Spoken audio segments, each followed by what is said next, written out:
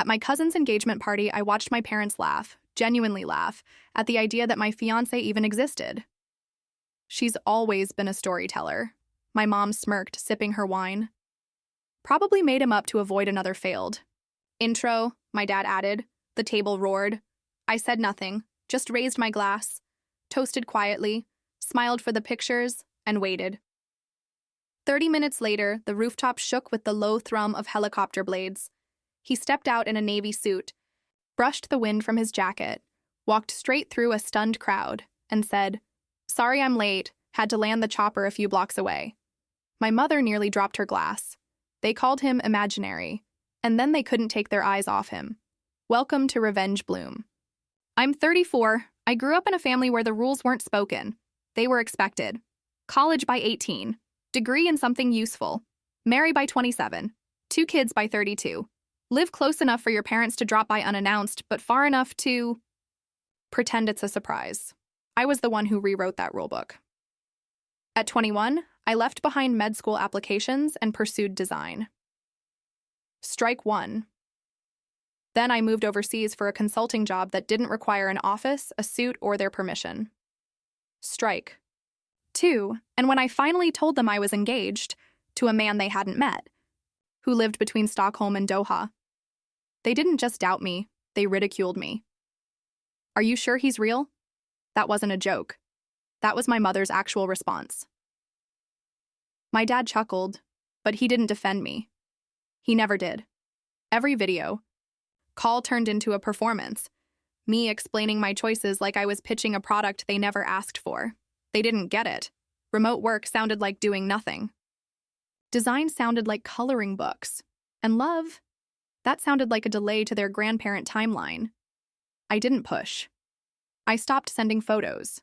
I stopped trying to make them understand. And I stopped asking them to believe in someone they refused to see. My cousin Maya was getting engaged. Her fiancé, Arjun, was a Harvard-trained cardiac surgeon with perfect posture and an even more perfect LinkedIn. The kind of guy who made aunties sigh and uncles nod approvingly. The invitation came in, a gold-trimmed envelope with a handwritten note from my mother. Hope your fiancé makes it this time. I smiled. Not because it was funny, but because I already knew. Zane and I were flying into the US for a few weeks. Meetings in the Bay, a weekend in LA. We had just landed from Dubai 2 days earlier. In a helicopter, actually. He was borrowing a friend's aircraft for quick city hops. Bay Area traffic doesn't care how polished your shoes are. He had one more client meeting that afternoon but promised he'd join me by dinner. So I arrived alone. The moment I stepped into the banquet hall, the air shifted. Smiles that didn't reach eyes. Curious glances. Loud whispers disguised as jokes. Still waiting for that mysterious pilot of yours? Did you two meet online or in your imagination? I laughed softly. Pretended I didn't hear. Took selfies with Maya. Complimented her henna. And then I heard it. My mother, at a cocktail table near the bar, glass of red wine in hand. I've given up asking, she said. She says he works in aviation. What does that mean? Baggage claim? Turbulence analyst? They laughed. Not polite chuckles. Big, open-mouthed, high-volume laughter. I stood near the dessert table, holding a glass of sparkling water, and watched. Them laugh at me like I was a punchline in a play I never auditioned for. And I said nothing, because I knew what was coming. After dinner, they asked me to say a few words. I hadn't planned to speak. But I walked up in a deep maroon sari, hair tied up, gold jewelry quiet but deliberate. I looked across a ballroom of people who had doubted me, judged me, erased me. It's beautiful, I said, watching 2 people be celebrated and believed in. Not everyone gets that. If you do, hold on to it, a polite clap, and then the sound. Low, rhythmic, mechanical. Someone looked out the window. Is that? Doors opened. Zane stepped in, navy suit, no tie, hair slightly windswept, confidence. Radiating like he owned the air around him. Sorry I'm late, he said, smiling. Had to park the helicopter. Someone actually gasped, and then he walked straight over, kissed my forehead and whispered, Did I miss your toast? No. I said. You're right on time. And just like that, the entire room changed. The silence that followed his entrance wasn't awkward. It was seismic, the kind that only happens when the narrative collapses and nobody knows what to say next. Zane stood beside me, relaxed, like he hadn't just flipped. The emotional temperature of the entire room. He turned to my mother. Auntie Priya, he said warmly. It's so nice to finally meet you. She blinked, then smiled. Not her usual polished smile, but something stitched together in real time. Yes, of course. Hello. Her voice cracked slightly at the edges. I'd heard that exact tone before, usually reserved for neighbors she didn't like but needed to stay civil with. My father approached next, more composed but visibly scanning. Aaron, uncle, Zane said, extending his hand. I've heard a lot about you. My father gave him a firm handshake. Businessman mode. You're in aviation? Consulting mostly, Zane said. Projects across Europe and the Gulf, but I still fly occasionally. It keeps me grounded. No pun intended. A few people chuckled. Not because it was funny, but because they were recalibrating. Suddenly, I wasn't the daughter making up a man to avoid judgment. I was the woman with a partner who descended from the sky like a plot twist, and they didn't know what to do with that. Cousins who had once avoided eye contact now asked him about Qatar. Uncles nodded with genuine curiosity. Even Maya's mom, the one who laughed the loudest earlier, suddenly looked nervous. Zane handled it all gracefully. A calm confidence that didn't flex, it just existed. Stood back observing. For years, I had walked into rooms like this one and prepared to shrink. That night, I didn't shrink. I didn't speak louder, I just existed fully, and let the room adjust. Dessert was served, background music played, conversations shifted, from speculation to admiration. But the most telling moment came from my younger brother, Arav, who hadn't spoken to me in months. He walked over, dessert plate in hand, eyes flicking toward Zane. So that's him? He asked. I didn't look up from my plate. That's Zane. Arav gave a soft laugh, still watching. Didn't think he was real, to be honest. I let that hang in the air for a beat. Yeah, I said. A lot of people didn't. Paused.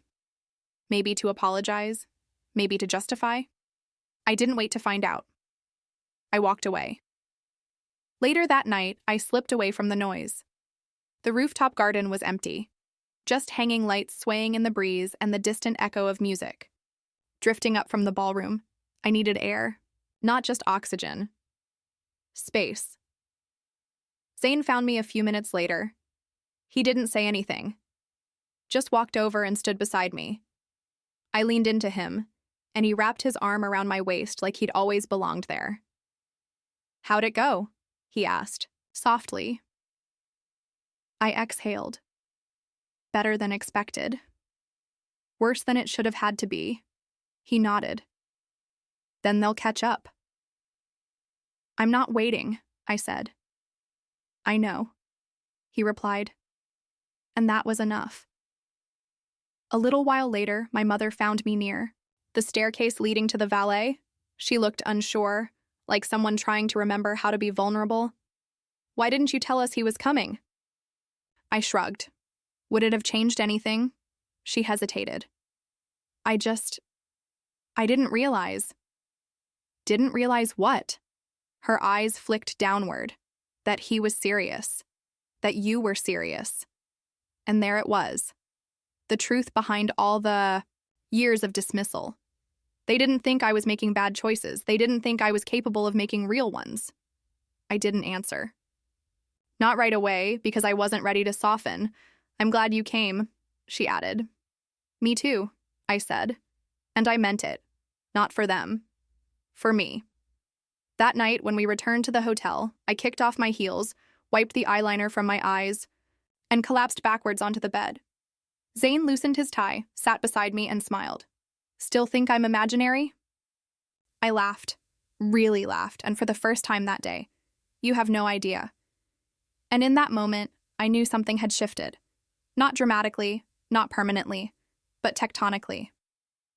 We flew back to Dubai a few days later. The air was dry, the skyline loud, and the silence peaceful. We didn't talk about the engagement party much. We didn't need to. Something had shifted, not just in the room that night, but in me. For years, my parents had dismissed my work as a phase, my love life as reckless, my independence as defiance. And now, they were quiet. No grand apologies, no tearful speeches, but small things. A forwarded article from my father. This reminds me of something you mentioned once. A family group photo from the engagement, with me and Zane finally included. Even my mom sent a message. Look who finally made it into the family album. My brother texted me. A 3-line message wrapped in sarcasm and regret. I didn't reply. Not right away, but I saw it for what it was, a peace offering, or at least a beginning. Months later, Zane and I were invited to speak at a business summit in Dubai. He'd be talking aviation. I was being honored for scaling my branding agency into a multi-7-figure consultancy without VC funding. I asked the event planner one thing. Can I invite 2 guests? She said yes. So I sent them tickets, business class, and a handwritten note. You once asked if I was serious about my life. I'd like to show you what serious looks like. They arrived. This time, Zane picked them up in our Tesla. Not the helicopter.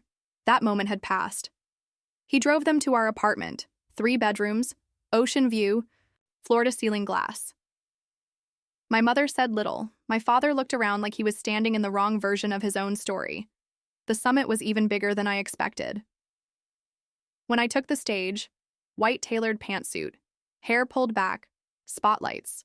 Sharp but welcome, I spoke about rejection, about building a seat at the table when no one left you one, about designing your life and defending it. My mother cried, my father clapped, a beat longer than the rest, and when it ended, when the photos were done and the room began to empty, he pulled me aside. You've built something real, he said. I didn't see it before, but I do now. I nodded. I know, he paused. I'm proud of you. I smiled. I didn't need it, but I welcomed it. That's the thing about revenge. It doesn't always look like payback. Sometimes it's just being undeniable. It's standing so tall they can't pretend not to see you. It's growing into someone they never imagined, and then giving them a front row seat.